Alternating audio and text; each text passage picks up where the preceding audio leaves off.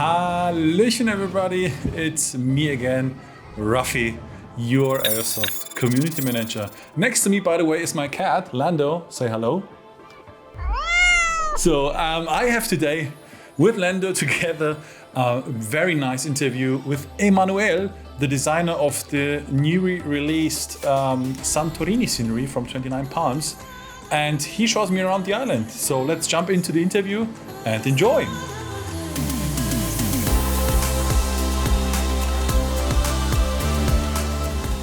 All right, so now I'm in front of my computer and I'm connected to Greece with the beautiful man Emanuel, who did the very beautiful scenery of Santorini. Hello, Emanuel. Hello, How are you? I'm fine. How are you? I'm mega fine, and let's start with the interview. So the thing is, we already talked a little bit, and guide us through the airport. I mean, we are here now basically in Santorini main terminal. Tell us, what was the reason why you did the scenery, for example? So, the main idea was the island. The island is a unique place in not only in Greece but in Europe and maybe in the whole world due to what happened with the volcano and the whole scene around the island. So the basic idea was from the beginning to make the whole island Yeah. and of course include the airport in very high detail. And this was another thing that made me do that scenery. There was a renovation and rebuild of the whole airport, new terminal, new apron. So I thought it was a good idea to have a representation of the airport as it is today. All right. So I would like to focus. I mean, of course, many scenery developers do many sceneries.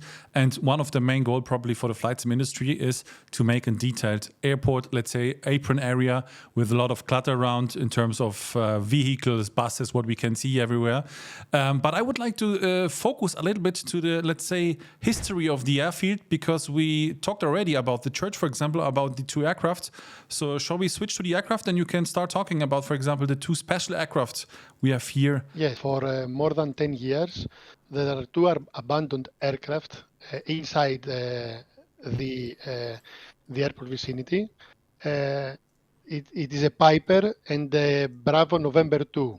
So I don't know the story of the first one, of the one that is in the front. Yeah. The one that is in the back was being used for sanitary purposes, and it was under Cyprus registration. If you get close to the second one, you can see that it was a 5 Charlie something.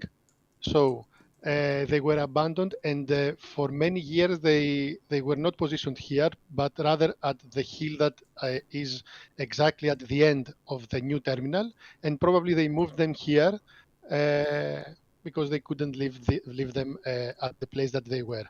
So this is the registration. 5 Bravo, which is a Cypriot registration.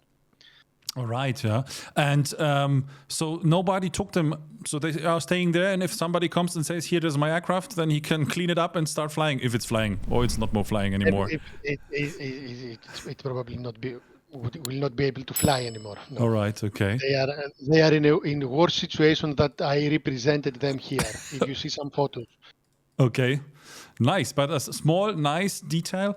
And we talked about a special, let's say, church, because everybody who flies around to Greek islands remembers there's, let's say, a kind of special history between Greek airports and churches.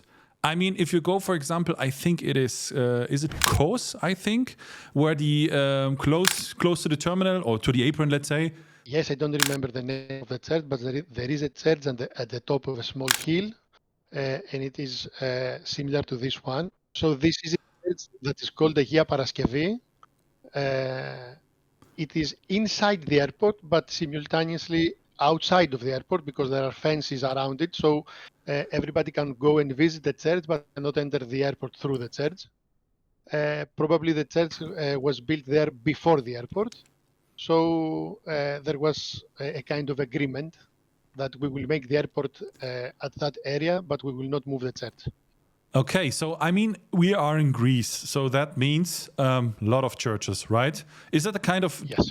Greece thing? Because another, let's say, nice church, or let's say a unique thing, because the rock, which is the church built on, you can see that from the airport, so it's affecting especially people who are flying here around. Is this because of let's say the religion in Greek that you have so many churches? Yes, especially on the islands, there are too many. In most of the islands that are at the Aegean Sea, there are many churches. So this is one of those.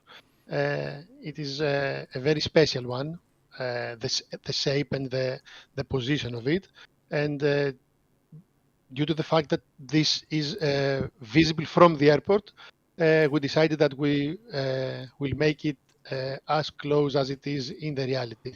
This is a cross inside. You can see a Yes. small cross. Yeah. This is a painted cross. It is there in real life. If you search Google Photos, you can see that there is a cross over there. All right. Yeah. So I know it, but the viewers probably not. You've been there in Santorini, especially for the scenery in terms of developing it, or just making holidays. I've been there for 3 or 4 times in my life. I had many friends that work at the airport, and they gave me the appropriate material so that I could represent the airport the best way I could. Nice. Okay. All right. So, talking about Santorini, I mean, look at this. This is looking amazing, right? So you have here cruise ships coming around, and yeah, then let's say this towns here on this edge. And what I have seen here, because I was asking myself, how did people go down to the harbor down there, right? And then I've seen you made a little, let's say, animation as well with this. How do you say in English? I don't know. It's a cable car. This Cable is how it's cars. called. Yeah. It is called in English. Yeah. I googled it to find out Okay. how it is called. I also googled it. I didn't know how the name was. So there are two ways to visit uh, the port and to connect the port with the capital of Santorini. This is Fira. This is the capital of Santorini. Yeah. So one way, the easy one, is to go through the cable car. The other one is to follow the path that begins from the port and ends up. This is the path. Yeah. Most of the people use the path to go down, Yeah.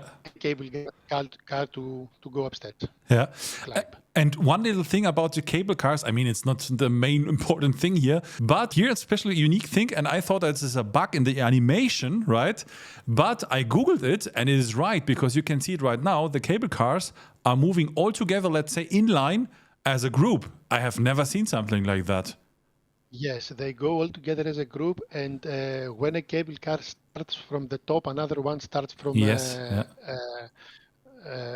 the port, Yeah. and they meet at the middle of the way. Yeah. There you see. Nice. Yeah. So nice little details. Of course, that's far away from the airport, and pilots will say probably who needs that. But if you're going to visit the island, and that's a good point, then you can see many unique points and yeah, let's say things to visit. Especially, for example, here in the main town, as you said, the hotel and the main church. I think it's called Atlantis, right? Yes, this is one of the oldest hotels in Santorini, and this is the municipal church of Santorini. So I built them both because you can see them from every corner. Most of the photos that represent and show Fira have those two buildings. So we built them in detail. Nice. Yeah. I mean, there are a lot of windmills, let's say, at the far north end of the island. But are there any kind, let's say, specific point where you say we need to go there because that's, let's say, the most beautiful spot in Santorini? So there is a lighthouse. This is a very famous one. And this was used in the past for navigation purposes. If you take a map and a map that is being used for navigation, for air navigation, you can see lighthouses in Greece. There is a light that flashes certain times within a minute. All right. the navigator at the aircraft, they were counting how many times a lighthouse was flashing during night, and they, after counting, they could understand what they were seeing in front of them. Ah, okay. So Santorini had 10 flashes in a minute.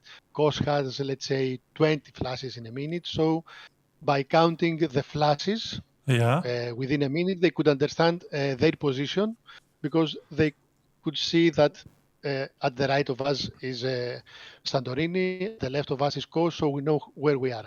Ah, okay. Especially during nighttime, right? So when you, I mean, Yes, that's what it's only going. during Yeah, now. It's not visible during day. So this is a lighthouse that we made, and we made the flash visible for a very long distance, from a very long distance. If you fly over Ia, which is the northest part of Santorini, and it is night, of course, you can see this light flashing. All right. So I have to check that out because, yeah, I mean, it's a small detail, but it's nice to have. Yeah. Yes, some other spots here at the island are the three main ports of Santorini. Athinios, which is the main port of Santorini. This is where that ship departed a few minutes ago. Yeah. There we see the ship. Yeah. There it's going. Yes, this is an animation. Yeah. It goes to a point and then returns back to show the departures and arrivals of the ships here. And this is Athinios port. This is the main port of Santorini. It is built in high detail. This is the road that ends up to Athinios. The other one is the small port that we saw before underneath the main, the capital of Santorini, which is Fyra. And the other one, the third one, is at the northest part of Santorini. There is another very famous large village which is called Ia, and this is also represented at the scenery. Underneath there is another small port which is called Amoudi, and this has also been built in high detail. Nice. Yeah. And here are also the three windmills we talked Yes. earlier on. So I can show them as well. Are they still working? Let's say in real life, is there still something which there's just for decoration? No. Yeah. Okay. Yes. All right. Okay. It's for decoration, and they are pretty similar with the ones that are at Mykonos, at the port of Mykonos, at Mykonos main city. Yeah. Kyklades Islands have many windmills, but most of them are not being used anymore. All right. So talking about windmills, or let's say especially here talking about this, very scenic area of, let's say, houses built into the mountain. How do you place those? Is this everything manually placed, or do you have a kind of algorithm which is doing the work for you? So we have the mesh. The scenery has a 3 meters per pixel resolution at the mesh, and we had that mesh in a 3D file. So we placed them accordingly to the 3ds Max, and then placed them here. There are parts. The IA village, let's say, is 8 or 9 large parts that were built in 3ds Max and then placed at the correct position. All right. So all handwork, right? Yes. One by one. Oh, that's one by one yeah. to each part, and then every part to the correct position. All right. That took a while. Oh, yeah, I can imagine. It's a very unique place, as course. we discussed in the beginning. And this was the main reason I wanted to make Santorini for Microsoft Flight Simulator. All right, yeah. So let's switch back to the airport and go maybe there through the last details, because we have some minutes left in the recording. Watching now here the land side, yeah. I mean, cars, etc. I mean, if I see the scenery, it feels or looks like for me, I'm now on holidays. So the vibe is there. Was that the goal for the scenery, to get this, let's say, holiday vibe? Yes, but I think that it comes by itself. Ah, okay. Because of the area. I didn't try to make something unrealistic. What we tried to do is to make the airport as it looks in real life. So, of course, in real life, it looks like an environment for holidays. All right. This is the reality. This is exactly how the airport is. Yeah. Okay. So one little thing, because we can tell it now, one little nice story I would tell, because if you guys missed the live stream, there we talked about a kind of, let's say, special placement here in the scenery, talking about your son, Emanuel. You told me your son is 8 years old, and he also worked here in this scenery. So let us know what he did here exactly. He very much wanted to learn, so I guided him, and he sat in front of me or aside by me, and he made that specific label in 3ds Max and in Photoshop, the one that we see here, which has 3 traffic signs. Yeah. So in order to leave a stamp of my son at the scenery, we stamped it at the back so that it's not visible directly. And this is one of the things that isn't there in real life. All right. Okay, nice. I mean, we can explain it now because the giveaway we had, unfortunately, not here, but we had in a live stream. That's a good chance, by the way, for you guys, if you want to get some exclusive interviews or exclusive information or even a giveaway. It's a good time to watch our stream, for example. And you explained me that's a Greek letter, and this Greek letter stands for L, and that's the first letter of your name. This is the Greek letter for L, and this is the first letter of my son's name, which is Lefteris. All right, nice. So Emanuel, probably, I mean, he's now turning next 9, so a long way to go and many things to learn to get such a beautiful scenery like you made. But the chance is pretty high that once he's old enough and able to do more, or let's say the same like you do, then you have a competition with him probably. Who makes the better scenery, right? So yes, I believe that our children must become better than we are. All right. In future. So there are many chances that he will be better than me. That are very nice. I hope so. Yeah, of course, we all hope so. So those are very nice words. Emanuel, thank you very much for the, let's say, very nice interview, very sympathetic interview. And thank you for making this beautiful scenery of Santorini.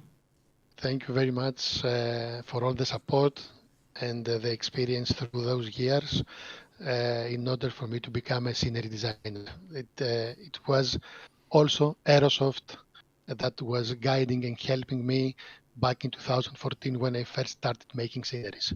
Right. So thank you. I never had the chance to say that, and this is a great opportunity. Thank you all so much. Perfect. So nice words. Thank you for the kind words. And thank you for the interview. Bye-bye. Thank you. Bye-bye.